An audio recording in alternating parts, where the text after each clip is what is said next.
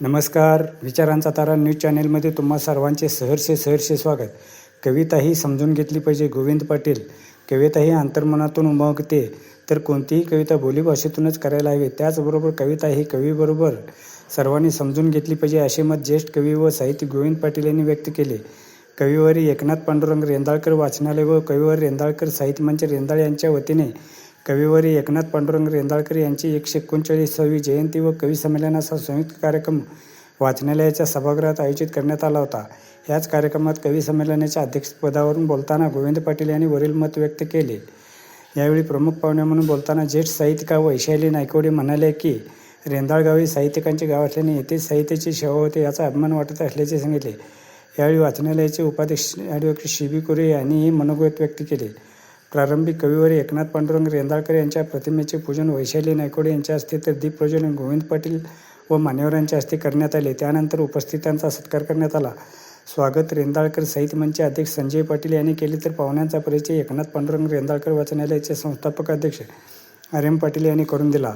यानंतर गोविंद पाटील यांच्या अध्यक्षतेखाली कवी संमेलन घेण्यात आले. या कवी संमेलनात पाटलोबा पाटील, वैशाली नायकवडे, गोविंद पाटील, सीमा बरगाले, लबा खोत, रंगराव बन्ने, सातापा सुतार, संजय पाटील, दया पाटील, मोहम्मद नायकवाडे, संजय माळी, प्रकाश पोद्दार, धोंडेलाल मुजावर, शेरखान तांबट, काजुद्दीन मुजावर, रावसाहेब रेंदाळकर, मकाजी करडे, गुंडा पुजारी, गफूर मोमीन, ज्योती पाटील यांच्यासह नवोदित कवींनी विविध विषयावर बहारदार अशा कविता वाचन करून या संमेलनाला रंगत आणले.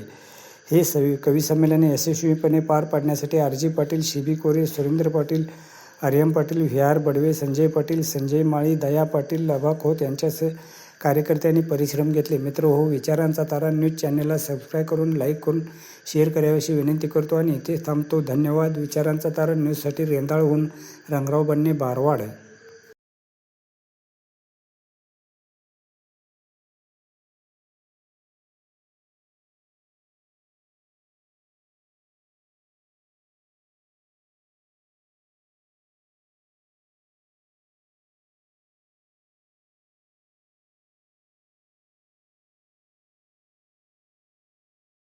सीमा बरगाले.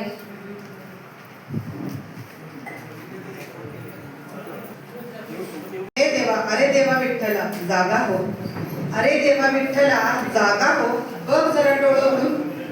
अरे देवा विठ्ठला जागा हो, बघ जरा डोळं उडून. काय घडतंय जगामध्ये एकदा सवड काढून. अरे निर्माण केलंस मानवाला, अरे निर्माण केलंस मानवाला, सोबत दिलीस बुद्धी, पण वाईट बुद्धी वापरायला नाही का केलंस बंदी. अरे माहित आहे का तुला, अरे माहित आहे का तुला, इथे सारेच अधर्माने वागतात. अरे माहित आहे का तुला, इथे सारेच अधर्माने वागतात. मुली महिलांवर अत्याचार करून उजळ माथ्याने फिरतात. पाप पुण्याकडे कुस्करायला कसली रे हवस. आयुष्य म्हणजे काय असतं, म्हणजे माणसाच्या आयुष्यामध्ये ज्या चढउतार येतात त्याबद्दल मी कविता लिहिलेली आहे. आयुष्य म्हणजे काय असतं, एक देणारा असतो, एक घेणारा असतो. देणारा निस्वार्थ देत असतो, घेणारा कृतज्ञतापूर्वक घेत असतो. दोघेही निष्पक्ष असतात. आयुष्य म्हणजे काय असतं, एक हसणारा असतो, एक रडणारा असतो. हसणारा दुःख विसरण्यासाठी हसतो, रडणारा मन राखण्यासाठी रडतो. दोघेही व्यक्ती सापेक्ष असतात. आयुष्य म्हणजे काय असतं. कार्यक्रमासाठी अध्यक्ष म्हणून लाभलेले एक अतिशय उत्कृष्ट असं काव्यलेखन आणि कथा अशा प्रकारचे पुस्तकं त्यांनी प्रकाशित केलेली आहेत. असे एक चांगले असे अध्यक्ष आज आपल्या या कार्यक्रमासाठी लाभलेले आहेत. त्यांचं नाव आहे गोविंद पाटील आणि सर्वसाधारणचं वास्तव्य जयसिंगपूर या ठिकाणी आहे. त्या ठिकाणी आम्ही परवा त्यांना सहज बोललो. नांगर साहित्य संमेलन जयसिंगपूरला होते आणि त्या ठिकाणी ते आम्हाला भेटले. मी आणि संजय पाटील यांनी त्याच वेळी विचार केला आणि त्यांना आपल्या कार्यक्रमाला बोलवायचं असं आवर्जून ठरवलं आणि त्याप्रमाणे आम्हाला योगायोगानं या ठिकाणी बोलवता आलं.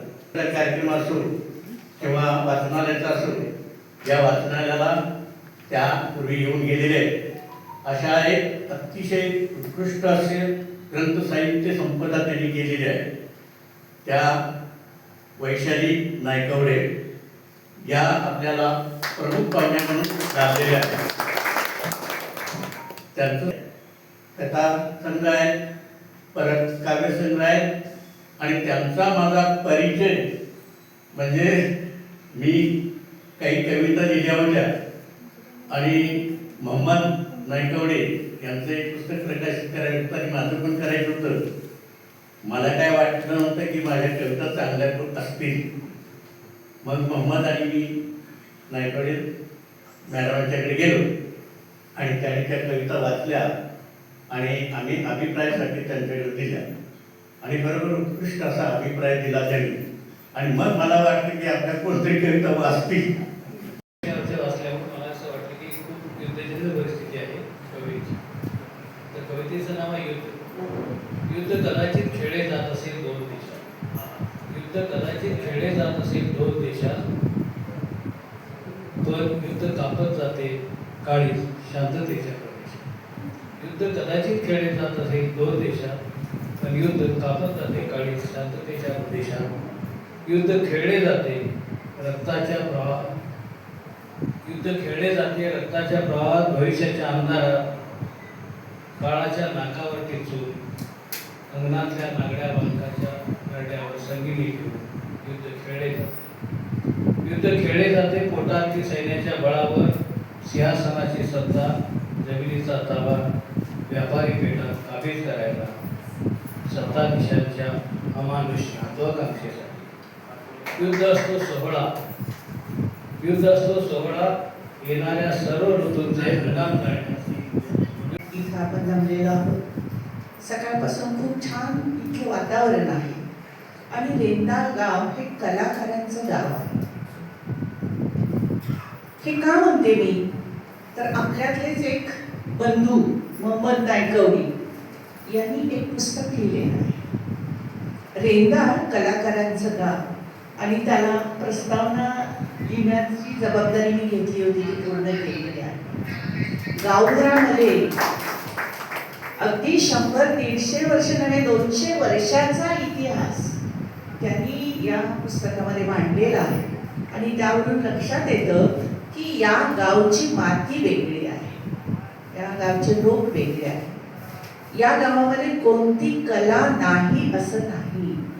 मग त्याच्यामध्ये करबल गाणारे असतील, कुस्ती करणारे आहेत, नाट्यकर्मी आहेत, नाट्य लिहिणारे आहेत, कविता लिहिणारे आहेत, ओव्या गाणारे आहेत, किंवा वेगवेगळ्या धर्मातली जी गीतं असतात, लोकगीतं, ते तयार करणारी अशी जी लोक आहेत, त्यांच्याच ह्या 3ऱ्या किंवा 4थ्या पिढ्या असतील आपल्या समोर सर.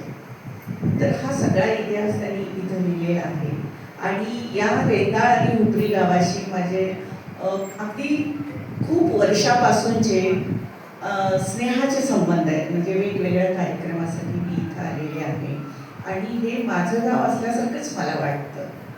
तर या निमित्तानं आपण सगळे एकत्र आलेलो आहोत. या गावाला एक काव्याची मोठी परंपरा कवी रेंदाळकर यांच्या प्रतिमेतून, यांच्या काव्यातून मिळालेली आहे. आपण आज जयंती साजरी करतो आहोत रेंदाळकरांची. 139 आहे. खरं तर रेंदाळकरांना मोठा अभिमान यासाठी वाटायला पाहिजे की एकेकाळी ज्यावेळी अगदी छंदातल्या कविता बहरात होत्या, त्यावेळी अजूनही चालतोच वाट माळ हा सरेना अशा प्रकारचं ओळी लिहिलेली रेंदाळकर. हीच कविता त्यांची सर्वोत्कृष्ट अशी ठरलेली आहे. पण आणखी कविता त्यांच्या आहेत. पण हा माणूस क्रांतिकारी ह्यासाठी होता की त्या काळात सुद्धा या माणसानं मुक्त छंदात अगदी लिहायचा प्रयत्न केलेला. कारण ही क्रांतिकारी गोष्ट आहे, बंडखोर असण्याची हे आहे ते लक्षण आहे. तर त्यावेळी ते लिहिलं गेलं आणि त्यावेळी त्यांना ते म्हणावं तसं काय की प्रतिसाद मिळाला नाही, त्याचं क्रेडिट मिळालं नाही, उलट अवहेलना झाली. आणि आज मात्र तुम्ही बघाल तर मुक्त छंदातली जी कविता ज्याला म्हणतो, तिला जागतिक वाङ्मया सगळीकडे जाती अत्यंत चांगले दिवस आलेले आहेत. म्हणजे काळाच्या पुढं किती वर्ष जाऊन आधी बघणारा हा माणूस होता हे आपल्याला यावरून कळलं. आता उरली गोष्ट, आपण जे काही कवी संमेलन घेतलं ते अध्यक्ष झालो. खरं म्हणजे संजय पाटील सर आणि माझी ओळख असं त्या मळणगावच्या संमेलनात वगैरे झाली आणि नंतर ते मुंबईला गेले, मी मुंबईत होतो, त्यामुळे मुंबईत आमचं मित्र वाढलं. कालच्या नांगरट संमेलनात ही मंडळी पाटील सरांची ते भेटले आणि म्हटले की असं असं करायचं, तू यायला पाहिजे. तर ह्या अध्यक्षपदावरून ज्यावेळी मी हे सगळं बघतो आहे त्यावेळी म्हणजे मी आता म्हातारा झालोय हे मान्य करायला हरकत नाही. आणि त्या आजच्या संमेलनानं मला आणखी 1 वर्ष म्हातारा केला असं सुद्धा मी म्हणतो. मी यासाठी म्हणतोय सगळं की गेली 40 वर्ष करत राहिली. 40 वर्षापूर्वी मी इथल्या स्पर्धेला येऊन गेलो. कारण घोडेस्वार नावाचे ग्रस्त होते आणि तळ्याच्या काठाला कुठेतरी एक मंदिर होतं, त्या मंदिरात त्या स्पर्धा व्हायच्या, मला आठवते चांगलं. आणि त्यावेळेपासून अगदी म्हणजे ह्या गावाची तसा मला मी ओळखतो या गावाला. आणि या गावामध्ये पुन्हा माझी मित्रमंडळी आहेत, जे जयसिंग पाटलासारखा मित्र आहे, रफिक सारखा मित्र आहे. आणि मग आता संजय पाटील आहे. आणखी तुम्ही सगळी मंडळी जी लिहिणारी आहात ते सगळे एकत्र होऊन काही करतात तर अत्यंत चांगली गोष्ट आहे. मी ज्या कविता ऐकल्या त्यावरून महत्वाचं म्हणजे मी आतापर्यंत बरीचशी संमेलन केलेली आहेत, त्यातनं कवीचे काही प्रकार माझ्या समोर आहेत. कवी महत्वाचं म्हणजे काही वाचत नाही, दुसऱ्याचं काही वाचत नाही, हा माझा आक्षेप आहे. मला विचारायचं आहे इथं असणाऱ्या कविता आणि नंतर कधी येऊन मी सांगणार आहे, शिकवणार आहे कविता काय असते.